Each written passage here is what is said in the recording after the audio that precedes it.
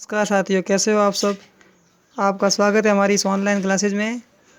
भारत बंद के पश्चात हम इसी प्रकार से ऑनलाइन स्टडी करवा रहे हैं और आज जैसा कि कक्षा 7वीं का मैं टॉपिक लेकर आया हूँ पर्यावरण।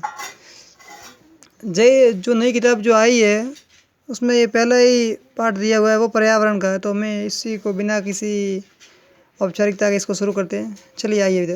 पर्यावरण सबसे पहले यहाँ पर मैंने लिख रखा है कि पर्यावरण किन शब्दों से मिलकर बना है। मेरे दिमाग में सामान्य से एक परिभाषा रहती है पर्यावरण की कि जो हमारे आसपास जो भी चीज़ है वो पर्यावरण है, लेकिन इसका जो तात्पर्य है वो किससे, देखिए दो शब्दों से मिलकर बना है पर्यावरण, परि और आवरण। परि प्लस आवरण। परि का अर्थ होता है चारों तरफ और आवरण का अर्थ होता है परिवेश, यानी हमारे जो आसपास का जो वातावरण है वही हमारा पर्यावरण है। इसी को लेकर के सीधी सी एक छोटी सी परिभाषा बनाई है, हमारे चारों ओर का आवरण ही पर्यावरण है। हमारे चारों ओर का आवरण ही पर्यावरण कहलाता है। हालांकि कक्षा 7वीं है तो इसी के अनुरूप एक छोटी सी परिभाषा है, अन्यथा बड़ी कक्षाओं में तो बड़ी होती है। तो देखिए पहला तो प्रश्न ये बन जाएगा, पर्यावरण शब्द दो शब्दों परि प्लस आवरण के सहयोग से बना है। परि का हास्य चारों ओर तथा आवरण का हास्य परिवेश से है। हमारे चारों ओर का आवरण ही पर्यावरण कहलाता है।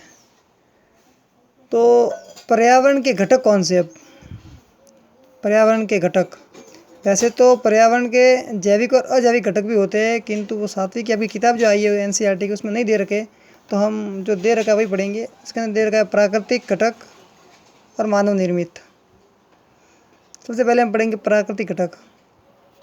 अपने पहले किताब में पढ़ रखा है कि जल मंडल कहलाता है, वायुमंडल, उसके पश्चात स्थल, इसको बोलेंगे स्थल मंडल, और सजीव और जैव मंडल।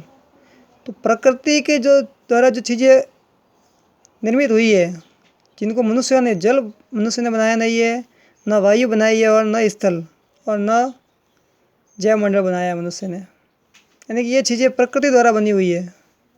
जो चीज़ें प्रकृति द्वारा बनी हुई है वो प्राकृतिक चीज़ें कहलाती है।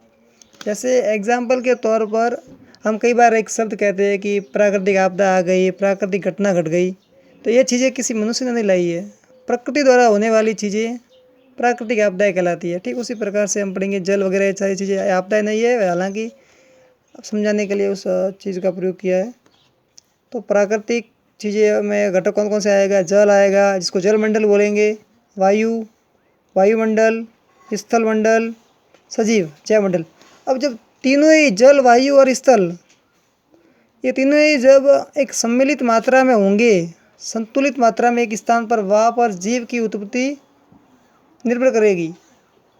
ऐसा तो नहीं है कि जल मंडल में मानव रह सकेगा, नहीं रह पाएगा, उसको वायु भी चाहिए होगी, उसको स्थल मंडल रहने लायक स्थान भी चाहिए होगा। इसलिए एक होता है जैव मंडल, इन तीनों का सम्मिलित रूप, मतलब जल, वायु, स्थल।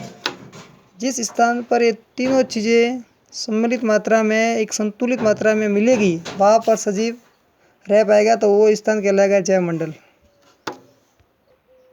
अब हम पढ़ेंगे दूसरा घटक जो है मानव निर्मित।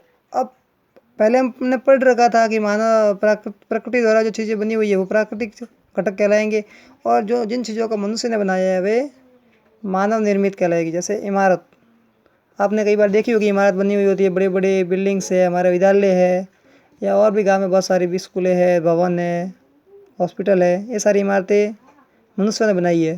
पार्क है, गार्डन बनाए हुए हैं, पूल आपने देखा होगा कई बार, तो वो भी मानव निर्मित है। इसके बाद सड़क है, तो वो भी प्रकृति द्वारा बनी हुई नहीं है, वो भी मनुष्य ने बनाई है। भले ही कई बार पहाड़ काट करके बनाई जा रही है सड़कें, कई जगह जंगलों को साफ किया जा रहा है, तो वे सारी चीज़ें मानव निर्मित है। स्मारक, आपने ताजमहल देखा होगा, तो ताजमहल भी किसी की याद में बनाया गया एक स्मारक है। उद्योग धंधे, बड़ी बड़ी जो फैक्ट्रियाँ स्थापित की गई है, तो वो भी मानव निर्मित है। तो कहने का अभिप्राय इतना है कि जो चीज़ें मनुष्य ने बनाई है वे सारी मानव निर्मित घटक है पर्यावरण के, यानी कि कुल मिलाकर के ये सारी चीज़ें पर्यावरण के घटक, ये पूरी पर्यावरण पर निर्भर करती है। अब नीचे दे रखा है अपने को मानव। अब मनुष्य जो है वो इन दोनों पर पूर्ण रूप से निर्भर है, पर्यावरण के बिना हम नहीं रह सकते। व्यक्ति है या परिवार है, समुदाय हो, शैक्षिक वस्तुएं जितनी भी है, शिक्षा से संबंधित सामग्री, तो वो भी कहीं ना कहीं पर्यावरण से ही संबंधित है। जैसे हमें पेपर मिल रहा है तो पेपर भी किससे बना होगा? ये कहीं ना कहीं पेड़ों से बना है। आपको पढ़ा रखा किताबों में कि जब आर्थिक आर्थिक क्रियाएं सारी है वो पर्यावरण पर निर्भर करती है। जैसे अब गेहूँ की फसल नहीं होगी तो किसान क्या बेचेगा? तो किसान नहीं बेच पाएगा, तो उसके पास पैसे नहीं आएंगे। तो सारी आर्थिक क्रिया है। आपको पढ़ाया था पहले से कि आर्थिक है। जब सामाजिक विज्ञान में हम आर्थिक पढ़ेंगे तो उसका संबंध किससे होगा? पैसों से होगा। हिंदी में पढ़ेंगे आर्थिक, तो अर्थ शब्द का हिंदी में अर्थ मतलब से होता है, उसके भावार्थ से होता है। लेकिन सामाजिक में हम पढ़ रहे हैं तो आर्थिक शब्द का अर्थ होगा रुपया, पैसा।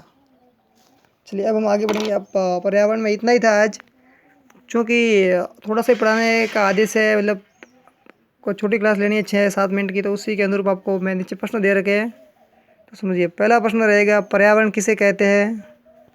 तो आपको बता दिया गया है कि ऊपर आप लिखी हुई है परिभाषाएं भी। पर्यावरण शब्द दो शब्दों परिप्लस आवरण के सहयोग से बना है। हमारे चारों ओर का आवरण ही पर्यावरण कहलाता है। प्राकृतिक पर्यावरण के 4 अंग बताइए। प्रकृति द्वारा के 4 अंग कौन कौन से जो प्रकृति से पैदा हुए वो आपको लिख के बताने हैं। मानव निर्मित पर्यावरण के 2 उदाहरण दीजिए। अब मनुष्य ने क्या क्या चीज़ें बनाई है, उन 2 चीज़ों के नाम लिख करके आपको आंसर देने हैं। पर्यावरण के घटक को चित्र द्वारा स्पष्ट कीजिए। पर्यावरण के घटक आपको यही डायग्राम बनाना है, लेकिन एक बात का ध्यान रखिएगा, पर्यावरण के घटक में ये 2 घटक ही लिखने हैं, प्राकृतिक और मानव निर्मित। ये मैंने इसलिए बनाया है मानव कि ये जो मनुष्य इतना जो परिवार है पूरा, एक व्यक्ति हो, परिवार हो, समुदाय हो, शैक्षिक स्थितियाँ हो या आर्थिक स्थितियाँ हो, ये सभी कहीं ना कहीं इस पर्यावरण के ऊपर निर्भर करते हैं सारी क्रियाएँ।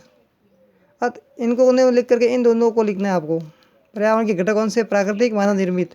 जैविक और अजैविक भी है, लेकिन वो कोर्स में नहीं है, इसलिए इसको नहीं पढ़ पा रहे हैं यहाँ पर। ठीक सर, धन्यवाद। उम्मीद है आपको ये क्लास पसंद आई होगी और आप आगे भी जुड़े रहेंगे हमारे साथ। धन्यवाद।